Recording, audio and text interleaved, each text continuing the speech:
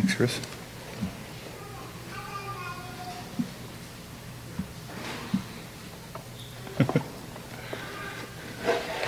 Thanks. Well,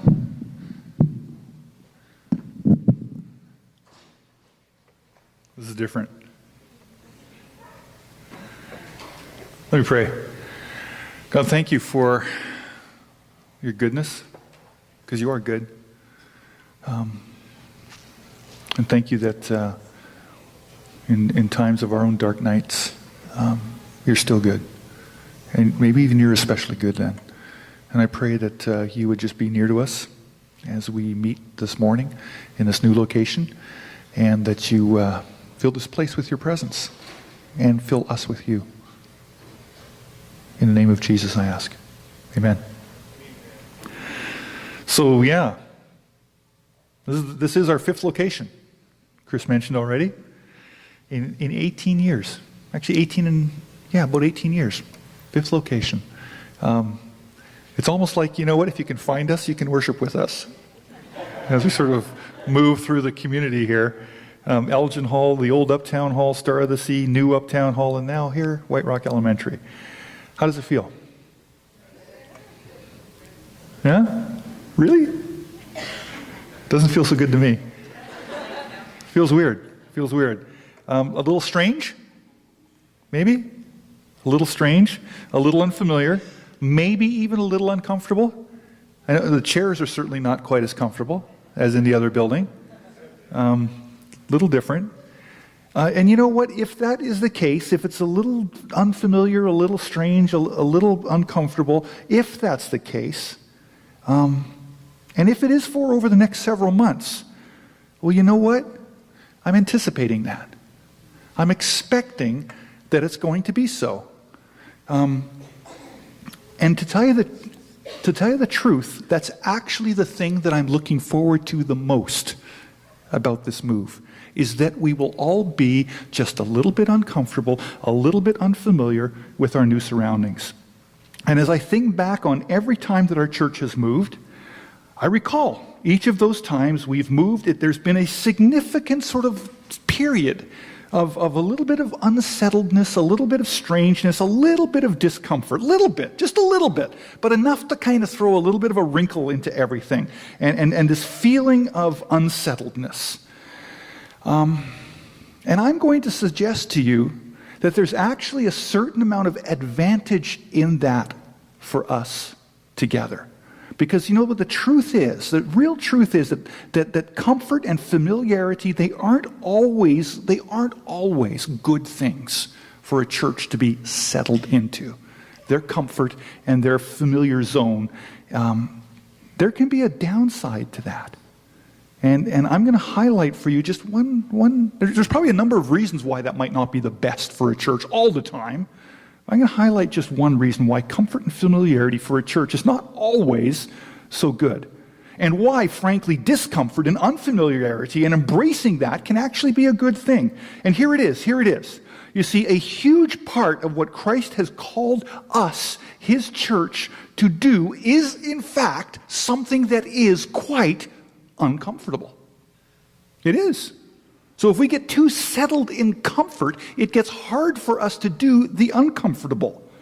And if you were here last week at our last Sunday at the Uptown Hall there, you'll remember that Nate spoke about this thing about calling, and what God is calling us as Christians to.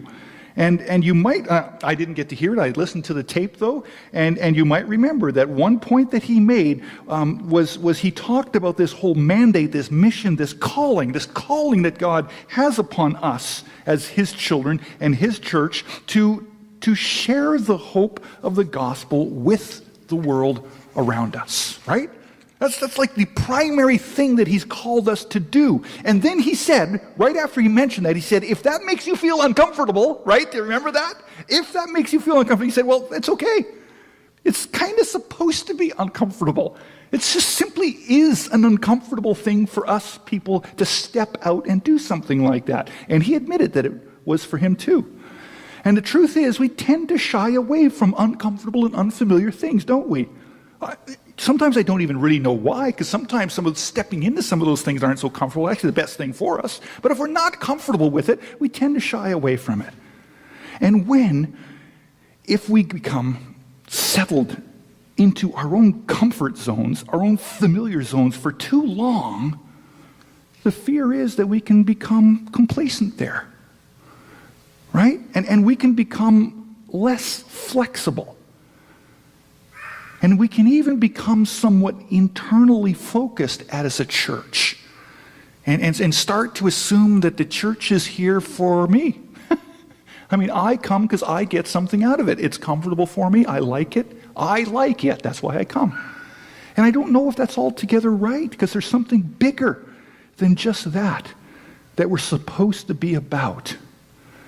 And if we do become settled there, somewhat inwardly focused and comfortable, it then, of course, becomes harder and harder for us to do the uncomfortable thing of sharing ourselves and our message and even our very church community with others. That gets harder to do.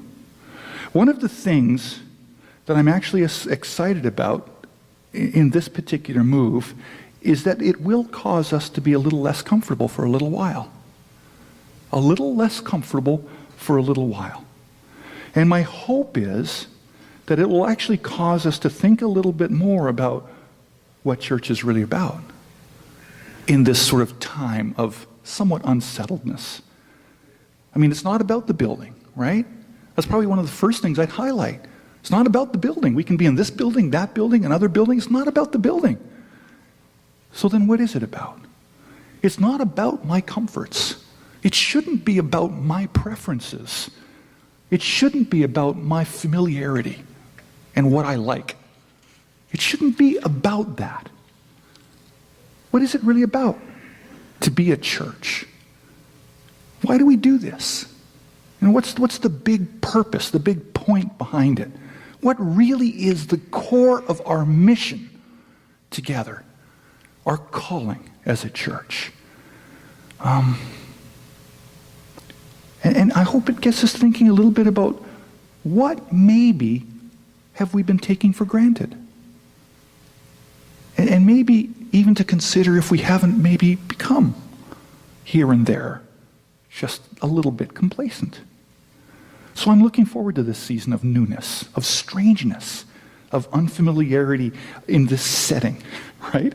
I'm looking forward to all of this sort of pressing me in some of these areas, in asking myself some of these questions and challenging me with it. So, story. I met a guy this week who wants to plant a church in Westminster. He's never planted a church before, but he feels compelled by God to plant this church. He and a group of other people, and part of my job with our conference is to help church planters get started, and he wanted to get together and talk about how do you get started? What does it look like? What should I expect? And what he really wanted to know was, how did it work for you guys? You did this a couple times. How did you get it started? What did you have to go through? What was it like? So I spent a part of the afternoon with this guy reminiscing. And it was really great for me to do that this particular week, on a week that we're moving to a new location, to reminisce about our beginning, about my beginning with this whole extended congregation, and what it was like the first few years of becoming a new church. And my goodness, so much of those first 5 years was so intensely focused in this whole area of reaching out to other people and inviting new people in. I mean, we were so focused on that mandate, inviting new people in, sharing ourselves with people we didn't know yet, sharing our church with people who didn't know it yet, and sharing the hope of Jesus with many people who didn't know that yet. And you know what? It wasn't comfortable. It wasn't comfortable. It was a bit of a stretch to really get ourselves to do that. We sort of brought ourselves to this point where our church wasn't about us. It wasn't about our preferences and our desires. And we really wanted new people to sort of step into our church. And here's what we didn't want to have happen. We didn't want people to come in for the first time and sort of be left with this feeling that if you think you can fit in, right? And if you think you can figure out how everything works here, and if you can sort of devise some sort of a way where you push yourself into our well-established networks, then you can be a part of us. That's what I didn't want to have happen. And that's what can too easily happen with a settled and comfortable group. We all know what's going on. You don't know what's going on, but we all know what's going on, and we're not going to tell you. You just got to figure it out. And I don't want that to be the case. And back then, we very intentionally couldn't let that be the case. We were planting a brand new church. We were starting from almost nothing. We had to grow. We had to find new people. We had to invite them in. And the truth is, we still have to. We should anyways. That's our mandate, because that's our mandate as a church. And in those early years, we got very quickly to the point where we were more and more willing to do whatever we could to make these brand new people feel comfortable and feel a part of us, and actually feel invited and welcomed, and actually feel like they belonged amongst us. We actually, in the early years, as we were praying, we were led, very much I think by God, to pray for 50 people a year for 5 years. That's what we prayed for. We felt like we could manage 50 new people a year amongst us for a span of 5 years. And for whatever reason, that's what we were called to pray for. And God delivered it. He really did. And we were also committed in our prayers to giving ourselves to God and to this mission, and to do whatever and to change whatever amongst us, and to flex whatever amongst us in whatever ways necessary in order for those people to actually become a part of us. And you know, this was particularly challenging because we were only 20 people at the time. 20 people. You know what happens to the dynamic of the truth is, we were actually 20 people with history. We were 20 people who were well established with each other. And you know what happens when you invite 50 new people into a group of 20 people? What happens? Things change. The whole group changes radically. In fact, you know what happens? It feels like you've lost the group. It feels like you've given it away. Because now they're the majority. If you're thinking about an us and them even sort of scenario, it's now their church and not as much ours. And for some people, that was a scary thing to do. To add 50 people a year in a group that small, it was a challenge for us to do it. And a few people felt like if this actually happens, would this even be our church anymore? And that thought bothered them so much that some of them decided they couldn't do that, they couldn't flex that much, and they left. And our group of 20 people became 16 people. Great start for a church plant, huh? Within our first month, we actually got smaller. But you know what? It was actually a good thing.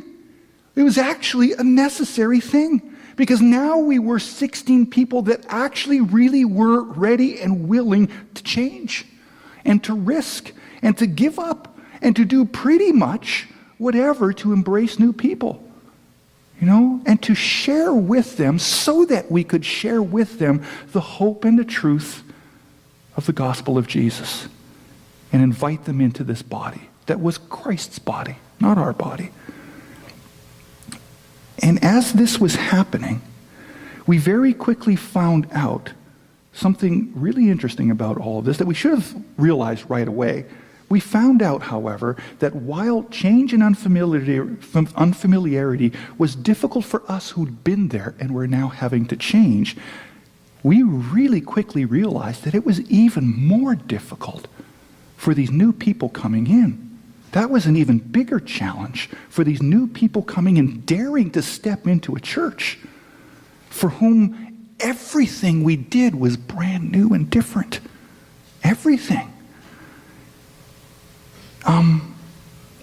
And we started to get more of a feel for what that was like because we were changing things too. And we realized that one of the best things that we could do for them was to actually voluntarily step into change along with them so that they wouldn't be the only ones feeling some strangeness and feeling some disconnection and feeling like, gee, what's happening next? You know? So that it wasn't just them who was dealing with that little bit of an unknown, uncomfortable factor. Although they were dealing with it more than we were, we didn't want them to be the only ones feeling like they were on the outside. It sort of leveled the playing field, if you can imagine that. And we were all dealing with at least some newness and unfamiliarity, right? It wasn't just them. It was us too. And it was good. It was good. We suddenly had more empathy for what a new person went through who stepped inside amongst us. And we took less for granted. We didn't assume things that we had always assumed. You know, like everybody knows the words to the song. No, they don't. Or like, did you all find the bathrooms, by the way? You know where the bathrooms are? Did we announce that, how to get to the bathrooms? We need to do that. Because you got to go outside this door and to the right, and that's where the bathrooms are. You know what? In our old building, we all knew that, so we never announced it.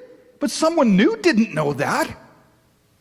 And now that we're in this scenario of having changed things up so much, it gives us more of an idea of what it's like to walk into a place for the first time. They don't know stuff like that. I love it that Chris sang a new song. You know?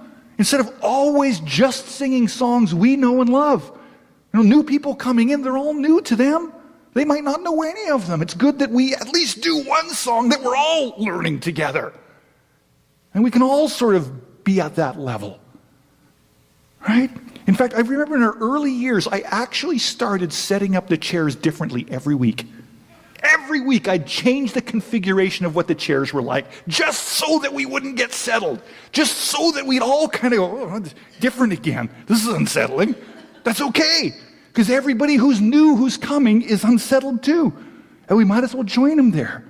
Made sure that we sang different songs regularly. There was this whole idea about becoming flexible for the sake of others, so that we could flex with them, so that we wouldn't create this sort of inwardly focused group and have people have to feel like they got to try to crack into it from the outside. Let's make it a little uncomfortable for everybody. So it was about flexibility.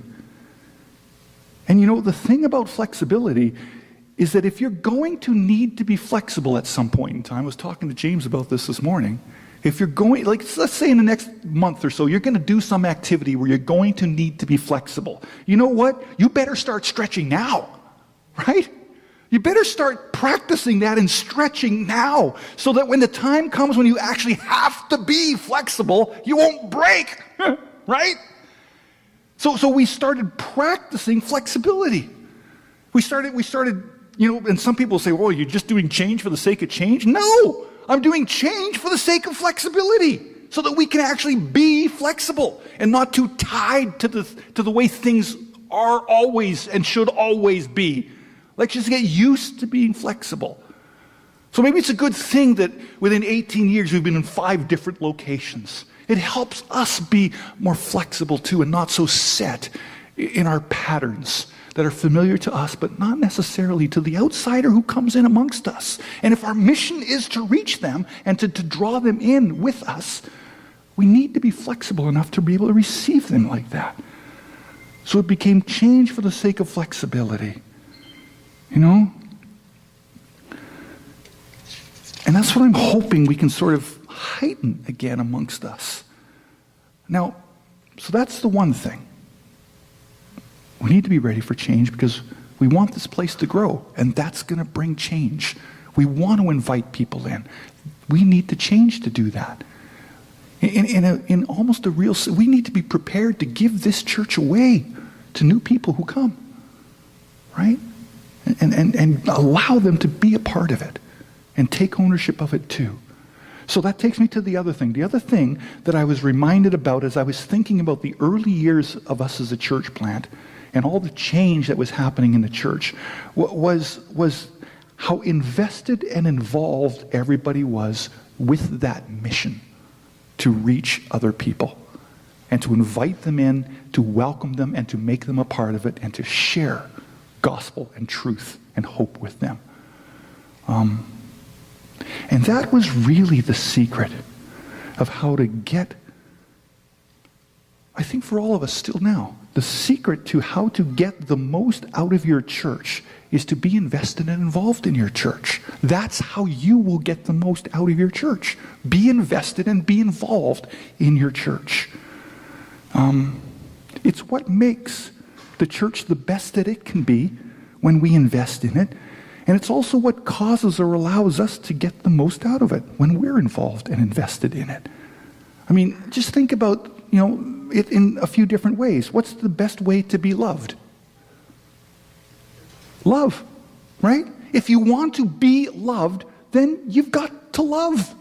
And you'll be loved. It'll come back to you, is what I'm saying. That investment of you loving others will come back to you, multiplied in terms of love. The best way to find favor with others is to give favor to others. Give favor to others and you will receive favor back. The best path to being blessed is to bless others. And you in turn will be blessed. I mean, this is a real God principle. I mean, Jesus himself said, in terms of forgiveness, he said, forgive and you will be forgiven. Right? That's how you get forgiven, is being willing to forgive. And he goes on and he says, give and it will be given to you. In fact, he says, not only will it be given to you, he says, give and it will be given to you, a good measure, pressed down, shaken together, and running over, will be poured into your lap. For with, here's the principle. Here's the principle laid out. He says, for with the measure you use for others, so will it be used for you. Right? If you invest, you'll receive. If you contribute, if you get involved, you'll get back. It'll come back to you in a huge measure, especially in terms of investing in that vision that God has called his church to be a part of. Invest and be involved. And it all comes multiplied back to you. And today, on this day of newness, on this day of a little bit of strangeness, on this day of a little bit of hecticness, of us in here trying to figure out how we're going to set everything up, where we're going to plug everything into, and just sort of being a little bit disjointed with all of that, and the newness of this sort of fresh start of our church, I wanted to remind us that we have been put together by God to fulfill a mission. Don't forget that. We have been given a mission, a very specific mission. A mission that it has to do some with us, and our growth and our maturing and us caring for one another, but that's only part of it. The greater part of that mission goes outward from us, beyond us. Even more so, it is a mission for us together to share that love that we have with what's out there, the world out there, and to share the hope, and my goodness, to share the salvation of Jesus and his gospel with the world around us. As a church, we're called to do that. And you know what? Our world needs that. Oh my goodness, if you look at our world and watch the news, our world needs that. It needs that so badly. And as a church, we're called to that. That's our mission. And as we give of ourselves, invest ourselves in that, that is also how God will most powerfully meet our own needs and build and bless our own lives as well. Right? So the principle again is that you get out of this what you put into this. It's always like that. Or in the words of Jesus, what you sow, you will reap. Right? We've got to sow, and we will reap. What you sow, you will reap. And really the beauty of it is that it is God who takes what we sow in faith, the service, the obedience, how we stretch to participate. He takes that, our flexibility, our risking, and he is the one who divinely and powerfully touches it and multiplies it. That's what he does.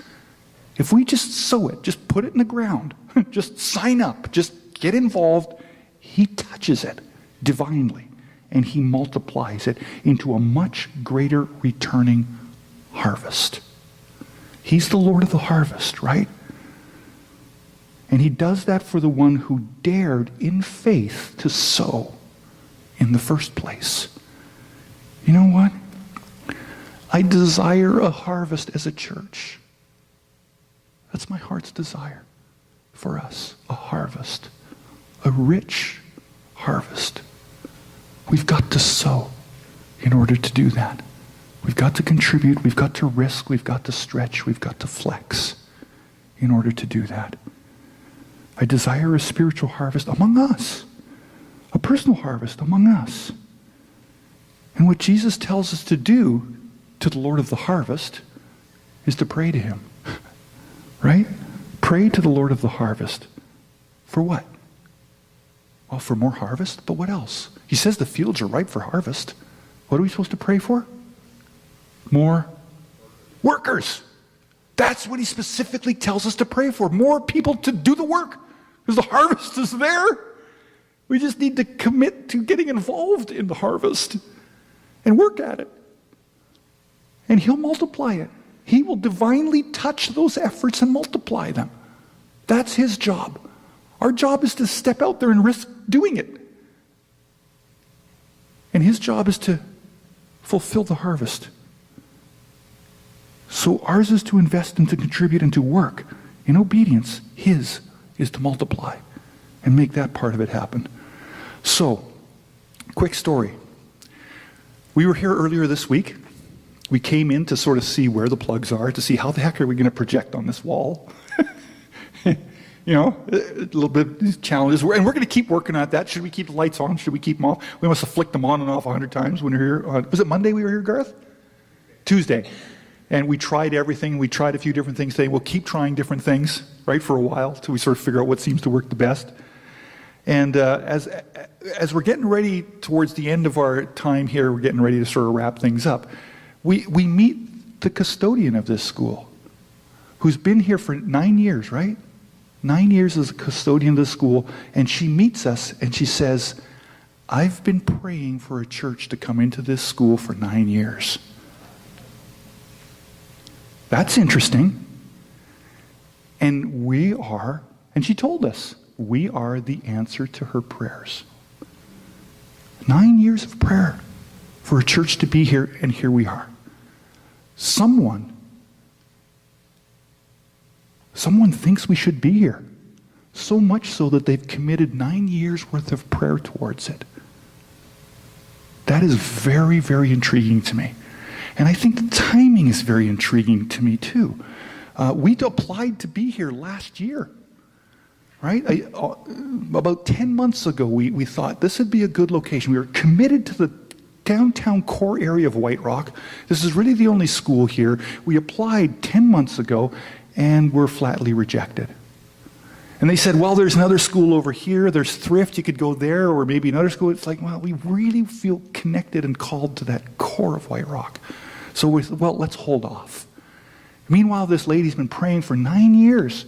And we asked then, and the answer was no, in spite of her prayers. Like, God, what are you doing?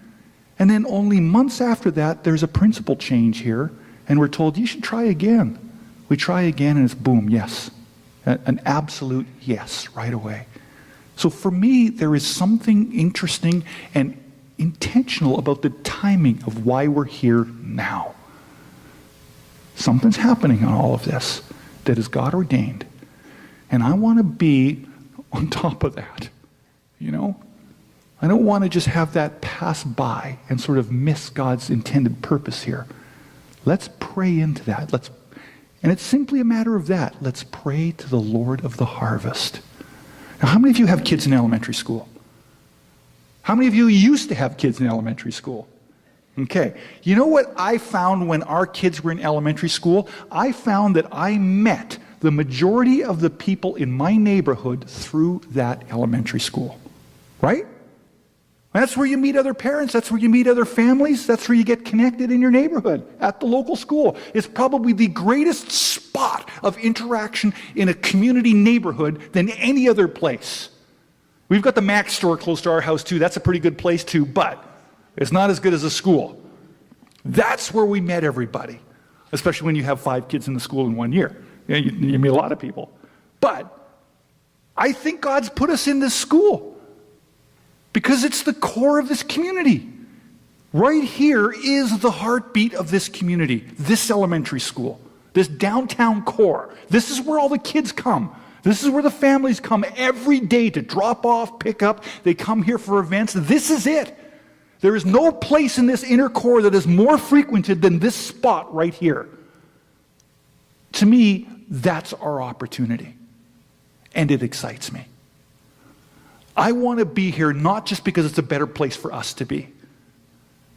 I want to be here because this is where the community hangs out. This is the spot. This is the heart. And you know what? A couple of thoughts came to my mind this week.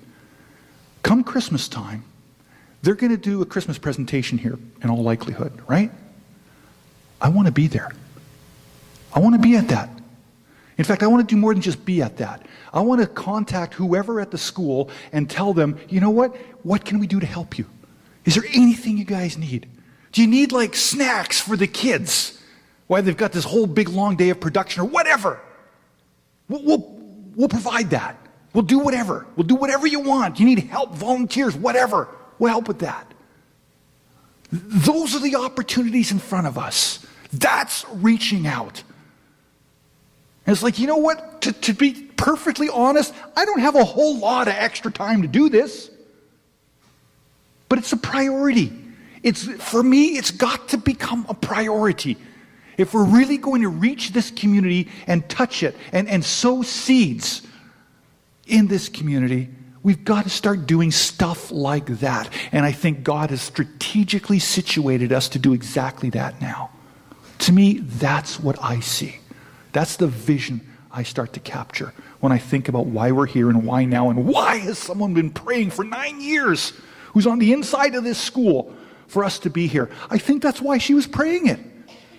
Didn't really get a chance to talk to her about it. She just told us that. I'm going to explore that with her, but I'm pretty sure that that's what her hope was in her 9 years of prayer. That there'd be an opportunity to reach this community more effectively through this location because it's such a strategic location. How does that sound? Yeah? Sound like work? Yeah! Because it is! Sound like, oh man, I got to get involved? Yeah! We all need to. You'll get out of it what you put into it. And what you sow, you will reap. So let's be prepared to sow. So for the next few months as we come here, and it's a little chaotic, a little hectic, and things are different every week as we try different things, and we're not really quite comfortable here yet, let's let that remind us that we're here for a reason, and that we've got a mission. And it's not necessarily just a comfortable one about us. It's about what's all around us. So, here's how I want to conclude, and I hope you'll join me in this. Fairly quick conclusion. If someone has bothered to pray for 9 years for us to be here, I'd like us to pray too about this location and about what we're doing here and why God has situated us here. It seems that we can at least match 5 minutes of prayer to her 9 years. Yeah, that sounds fair enough. And you know what? I want to be a little bit even more radical. I would like us to get up. And in a fair bit of silence, I'm going to suggest that we get up, that we head out this door, back here, and head left and walk right the way around the school, back to the front door that we all came in, and then back into the sanctuary. And I'm going to ask you not to sort of just chat and visit and talk while we do that. I want us to walk around this property and basically ask one question. God, why are we here? Okay? Does that sound good? And as you do that and look at the school grounds, because part of what I want is us to look at and pray as we walk through and ask God why here as we walk through these school grounds. But please, please don't just look at the school grounds. Look at the neighborhood all the way around us too. Because that's where the kids who come here every day are coming from. That's where the families who gather here twice a day to drop off, pick up their kids, they're from this neighborhood. Look at the neighborhood. See the lay of the land with spiritual eyes and ask God, why are we here? And let God talk to us about why we're here. We'll come back in here. We'll close with one last song perhaps, and then we can leave, visit, chat, whatever. Does that sound good? Excellent? That's even better than good if it's excellent. All right. So with a fair bit of silence, not strict silence, but with some spiritual focus. How about that? With some spiritual focus. Let's head out, do a lap, come back in, and then we'll close. All right? Let's do it.